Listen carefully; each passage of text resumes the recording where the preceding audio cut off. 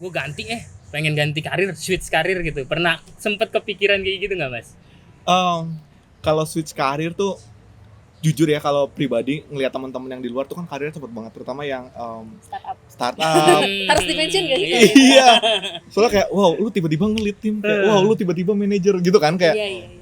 kalau aku selalu mengedepankan pahami dulu audiensnya tuh siapa sih. Oke. Iya kan? Apa yang pengen mereka tahu, apa yang pengen mereka dengar dari kita. Ya. Terus baru deh dari situ kita breakdown lagi kira-kira demografinya seperti apa untuk menentukan gimana kita cara nyampaikannya dan lain sebagainya.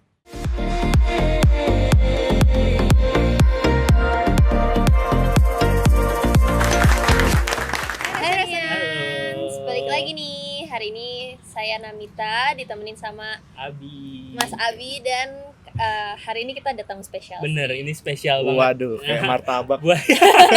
Telurnya 3 jangan lupa. Betul. Teman-teman Gen Z nih, kita kedatangan tamu Gen Z juga, jadi mungkin agak lebih nyambung kita ngobrolnya ya kan. Apalagi di zaman sekarang ya kan. Betul. Mas, yang Gen Z tuh terkesan generasi-generasi yang lembek gitu. Padahal, wow, ini tamu kita luar biasa. Meskipun Gen Z, pengalamannya luar biasa nih.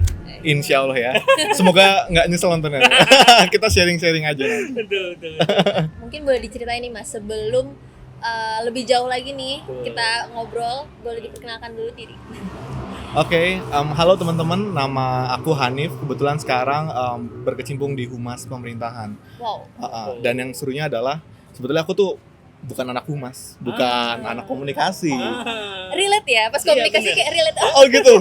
Ternyata kita anak-anak tersesat, jangan-jangan. Tapi itulah uniknya komunikasi kan. Jadi kita bisa explore, kita bisa banyak menemukan insight-insight baru dari orang yang justru bukan dari teman-teman komunikasi misalnya. Karena kebetulan dulu aku kuliahnya di hubungan internasional FISIP UI. Dan udah kerja di tempat yang sekarang tuh sekitar 3-4 tahun. Ini tahun keempat insya Allah. Asik banget tuh pasti.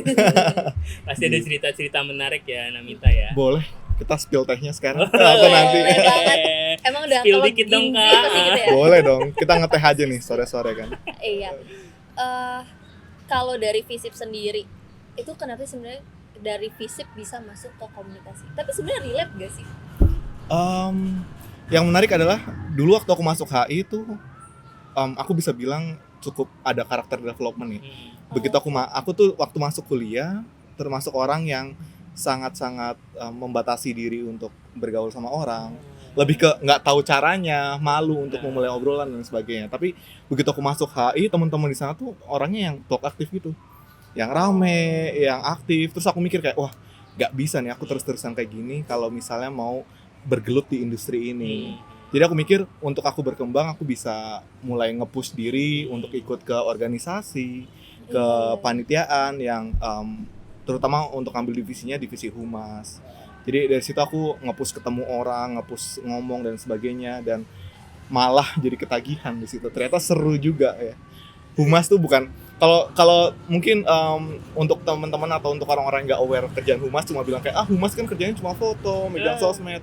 Padahal kan beyond itu kan. Iya sebenarnya sih. Betul. Lebih dari itu. Lebih dari itu. Nah, tadi Mas Hanif cerita tentang bahwa backgroundnya adalah HI. Betul. Nah, kok bisa nyemplung ke Dirjen Perkeretaapian Indonesia ini? Diceburin, nyemplung sendiri apa gimana nih? Nyemplung sendiri. Kayak wah seru nih gitu. Lebih kepada dulu tuh aku suka banget kereta. Jadi sebagai cerita sedikit, aku lahir di kota kecil yang di situ tuh hiburannya cuma ada stasiun kereta, alun-alun sama pantai. Tebak-tebakan nih berarti. Tebak-tebakan. Itu kotanya bagus banget BTW, cuma sayangnya ya itu kecil. Jadi nggak banyak orang bisa explore di situ. Jadi karena kotanya kecil, nggak banyak yang dieksplor ya. Tiap minggu aku mainnya kalau nggak ke alun-alun, ke pantai, ya ke stasiun kereta. Nah dari situ aku mulai kayak ada ketertarikan dengan kereta, terus muncul sampai akhirnya long story short pas skripsian. Itu kan kita mahasiswa tingkat akhir tuh udah mulai bingung nih ya. Mau ngambil topik apa gitu kan. Kayak anjir lah.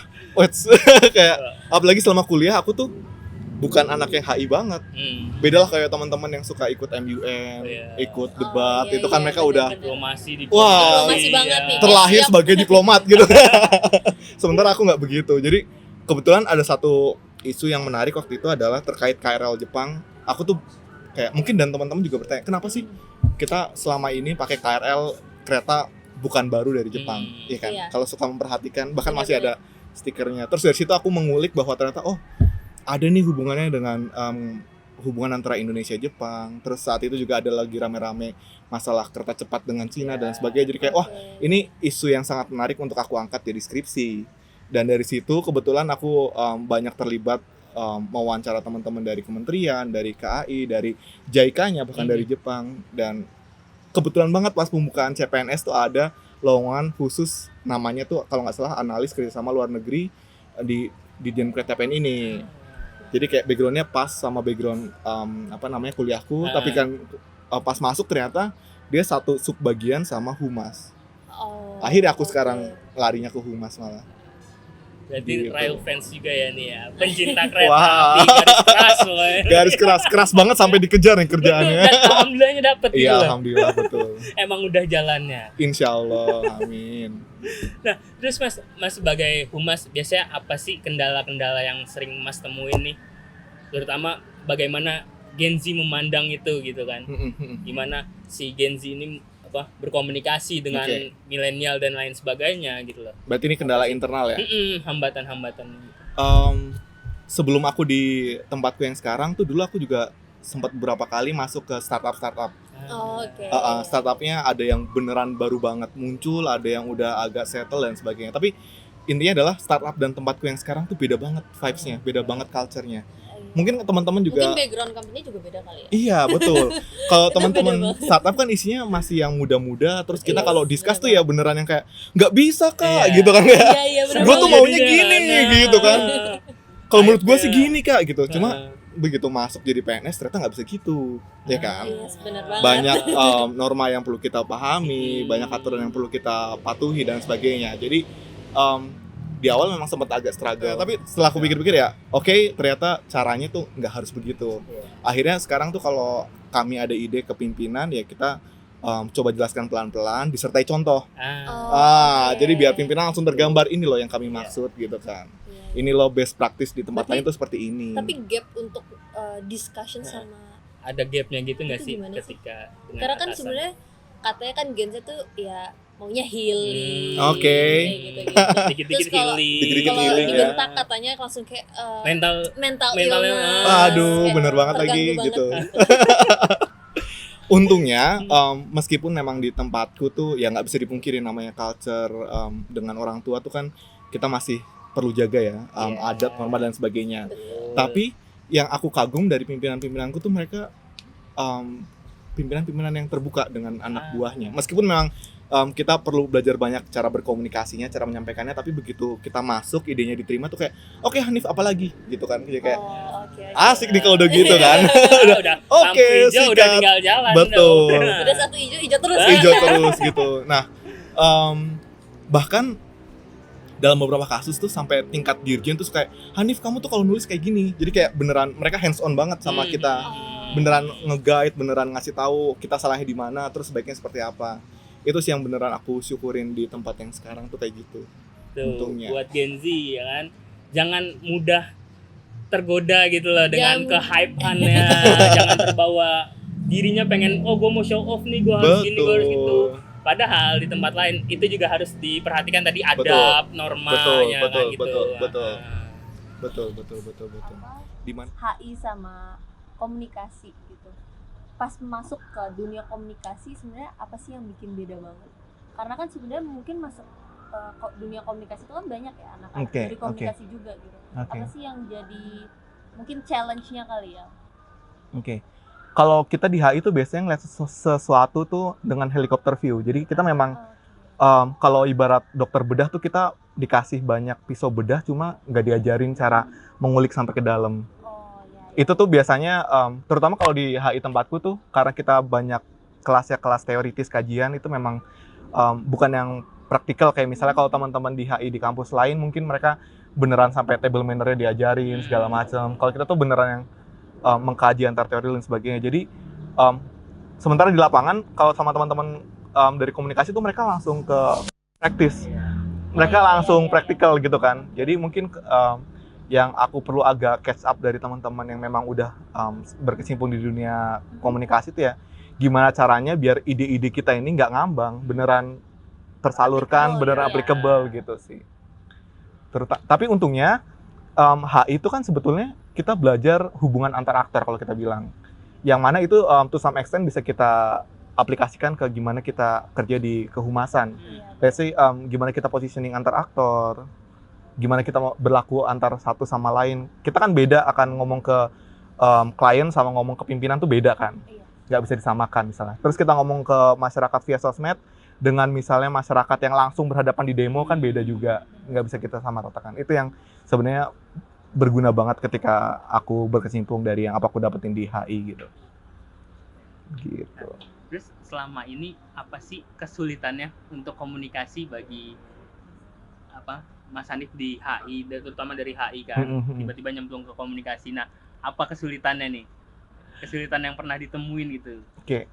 Mungkin kalau kesulitan lebih kepada banyak istilah-istilah yang aku baru tahu setelah aku berkecimpung ke dalam. Itu banyak banget dan akhirnya aku kayak setiap ngobrol segala macam kayak googling lagi nih apa sih yang dimaksud gitu kan. Karena ya itu nggak aku dapetin di kuliah misalnya. Tapi dari situ aku akhirnya berusaha, yang tadi aku bilang apa yang aku punya backgroundku sebagai HI dengan apa yang aku temuin di lapangan tuh aku coba match biar praktiknya tuh nggak yang mentah-mentah tapi udah ada sentuhan HI yang aku dapat dari kampus gitu. Berarti mengkolaborasikan antar ilmu HI dan komunikasi nih, seru banget. Mensintesiskan itu. Aku boleh nanya gak sih, kan kalau aku lihat ya dari media sosial tuh sebenarnya kereta api tuh lagi banyak banget diobrolin sih. Oke, apa tuh contohnya? Sempet tahu gak ada makanan yang enak banget di kereta bukan logistik, yang antar kota? Itu nasi goreng Parahyangan, bukan? Atau kayaknya bakso deh. Apa?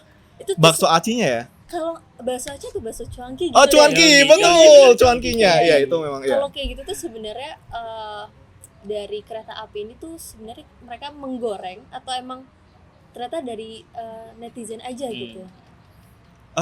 Karena kan sekarang kan social media tuh impactful banget ya. Betul. Untuk naikin gitu. Betul. Kalau aku sih selalu percaya namanya kekuatan netizen ya, kayak mouth to mouth advertising tuh beneran membantu banget. Makanya kita tuh kalau prinsip dari pimpinan tuh ya kita provide sebaik mungkin yang kita bisa. Toh ntar juga kalau misalnya mereka berkenan, mereka suka, mereka akan dengan sukarela membagikan pengalaman berkesannya gitu. Cuma kalau untuk case-case kayak booming dan segala macam ya tentu kita pakai teman-teman dari konsultan juga ikut bantu, terus teman-teman dari KOL juga ikut bantu. Jadi kita banyak berkolaborasi dengan stakeholder untuk gimana caranya kita mengenalkan upaya terbaik kita keluar, bahwa kita hadir untuk memberi pelayanan terbaik kita gitu kan. Gitu. Aku udah beberapa kali naik kereta. Kemana tuh terakhir? Kayak aku dulu pas SMP, aku sama temen-temen SMP ku dari sekolah sih di Orange, kita naik kereta ke Jogja. Sebenarnya pengen sih nyobain, kan ada yang baru tuh katanya. Betul, yang sleeper udah nyobain belum? Panoramik. Panoramik juga. Aku penasaran. Jendelanya luas kan, besar gitu. Berasa kayak di Swiss gitu ya. Terus bisa agak senderan gitu ya kan, sambil ngeliat-liat alam. Itu seru sih. Nah, tadi udah seru banget nih Mas, cerita udah banyak banget tentang tantangan dan hambatan Mas sebagai praktisi humas, terutama di Dirjen Kereta Apian Indonesia. Nah, pernah nggak sih Mas suatu momen gitu, gue pengen ganti karir, switch karir gitu? Pernah sempet kepikiran kayak gitu nggak Mas? Kalau switch karir tuh jujur ya, kalau pribadi ngelihat teman-teman yang di luar tuh kan karirnya cepet banget, terutama yang startup. Harus di-mention gak sih? Iya. Soalnya kayak wow, lu tiba-tiba nge-lead tim, kayak wow, lu tiba-tiba manajer gitu kan, kayak cepet banget ya. Sebenarnya ada masanya kayak sawang sinawang yang lihat orang lebih enak, lebih segala. Cuma yang aku syukurin mungkin karena di tempatku nih banyak experience yang kayak kita kalau ngeliput dirjen, ngeliput menteri di lapangan. Akhirnya di situ aku berusaha memaksimalkan apa yang aku punya aja. Ketika ketemu menteri, ketemu dirjen, ya aku maksimalin untuk gimana interact sama beliau-beliau ini biar aku dapat insight, atau gimana caranya biar hasil karya yang aku dapetin itu reels atau di foto itu ada upgrade-nya. Berarti Ya, akhirnya. berhubungan juga dengan publikasi ya Mas ya. Betul. Nah, menurut Mas sendiri kan ada tuh istilah bad news it's a good news. Iya Nah, lagi. Sering banget denger Nah, ya. Iya iya, lagi. makanya kita mau tahu nih gimana nih menurut Mas Hanif sendiri sebagai Gen Z yang ada di kementerian. Oke. Kita di kementerian tuh prinsipnya adalah jangan sampai ada bad news. Karena kan kalau ada bad news itu wah repot banget deh kemana-mana, bisa sampai menteri, sampai presiden segala macam. Iya, benar-benar. Dan itu bakal panjang urusannya. Kayak kalau teman-teman ngikutin masalah stasiun Manggarai misalnya, Iya. itu kan digorengnya, wah Benar. kita tuh beneran yang kayak, waduh, gitu kan, cuma kan nggak mungkin menyerah. Akhirnya kita mengulik kesana sini segala macam. Tapi itulah kita berusaha banget jangan sampai ada bad news. Cuma aku paham itu karena dulu waktu aku di startup, aku tuh banyak mengundang artis-artis atau tokoh-tokoh publik yang justru lagi berkasus, seru kan? Agak beda ya. Agak beda. Main caranya. Karena kita mau bandwagon ke ininya, ke engagementnya, ke exposure-nya. Oh, oke, Biasalah. oke. Saya sedihnya tuh gitu kan, di Indonesia tuh semakin berkasus semakin dapat exposure. Benar. Sedihnya tuh begitu. Cuma aku paham kenapa orang melakukan itu karena itu tadi orang Indonesia tuh kayaknya butuh sesuatu untuk channeling anger mereka deh. Iya nggak sih? Iya sih. Iya kan? Kayak netizen emang iya banget sih. Bener kan? Jarinya tuh kayak gatel aja kalau nggak ngehujat orang. Iya, Makanya iya. begitu ada yang viral segala macam terus dihujat ya mereka makin naik, engagementnya makin Betul. tinggi dan sebagainya. Yang seru lagi adalah itu menarik kalau misalnya kita bisa nge-convert engagement atau exposure yang kita dapetin itu untuk sekalian bandwagon apa sih value yang kita tawarin. Jangan sampai malah kita berlarut-larut dengan bad news yang udah terlanjur berkembang. Malah keasikan jadinya. Malah akhirnya citra kita yang jadi jelek gitu kan. Keasikan jadi ya kita yang jadi ketembak juga. salah. Iya, jadi akhirnya nama kita jelek segala macam gitu kan. Itu dia kita harus bisa ngukur sih sejauh mana bad news itu punya impact atau punya damage ke image kita sebagai entity, either itu kita sebagai pribadi atau sebagai institusi, sebagai company. Kalau misalnya kita pede kita bisa nge-handle itu, kita pede bisa nge-convert itu jadi berita baik ya lakukan selama masih ada koridor yang kita jaga gitu misalnya. Aku pernah melakukan ini, bukan melakukan sih, tapi kayak ada blessing in disguise. Kalau teman-teman pernah tahu ada kecelakaan kereta di Cicalengka di Kayaknya tuh Bandung tahun lalu, betul. Iya, Dan kan? kita memang benar-benar sedih banget deh karena kita merasa bahwa kita udah melakukan banyak hal ternyata masih memakan korban dan sebagainya. Cuma saat itu untungnya adalah banyak netizen yang udah tahu sebetulnya apa sih yang kita kerjakan. Karena kan saat itu kita diserang banget kayak gimana sih udah tahun 2024 masih kecelakaannya kayak gini, masih adu banteng segala macam. Gimana sih teknologinya, infrastrukturnya segala macam. Nah, kita sebagai PR kita pertama kali muncul kita minta maaf, kita turut berduka cita, kita akan menindaklanjuti ini lain sebagainya. Di sisi lain netizen nyerang, tapi ada juga yang ngebantu kayak coba deh lihat itu fotonya, di sebelah tuh ada tanah kosong memang lagi dibangun, jadi kayak Oke. itulah Ada itu tetap positifnya itu ya. momentum kita untuk masuk menjelaskan bahwa memang betul pembangunan sedang dilakukan, memang betul kita sudah berusaha untuk meminimalisir ini dengan melakukan peningkatan teknologi persinyalannya, terus bikin double track untuk mencegah adanya kereta selisipan dalam satu jalur dan sebagainya. Dan untungnya alhamdulillah saat itu progres kita tuh, kalau kita kan di laporan progres pembangunan tuh ada namanya progres real sama progres rencana. Oke. Kalau di rencana tuh harusnya sekian, terus realnya sekian. Untungnya real kita tuh lebih tinggi dari rencanaannya. Jadi kayak kita bisa bilang bahwa kami mempercepat pembangunan ini untuk meningkatkan keselamatan. Nah, itu yang aku maksud gimana caranya kita nge-swift atau nge-convert bad news yang sedang ongoing. Gimana caranya biar kita bisa jump in untuk ngenalin apa sih yang sebenarnya kita lakukan, apa yang kita bawa gitu. Keren banget ya strategi komunikasi dan Meskipun angle-nya. Meskipun kita gak berharap itu terjadi lagi, Iya, cuma betul. namanya momentum kan harus memang kita jaga biar Iya. gimana caranya jangan terus-terusan dan bagaimana berlarut. menyikapinya kan. Betul. Tapi ada lagi gak sih kayak cerita-cerita nih selama di Dirjen KAI ya tentang komunikasi apa aja sih yang kayak mungkin apa ya, mungkin semacam program atau strategi yang khusus gitu untuk menyampaikan ke netizen sekarang ini. Oke. Sekarang tuh kita pengen biar teman-teman yang ngomong. Jadi Oke. karena kami paham kita di Dijen Perkeretaapian di Kementerian Perhubungan tuh nggak mungkin terus-terusan kayak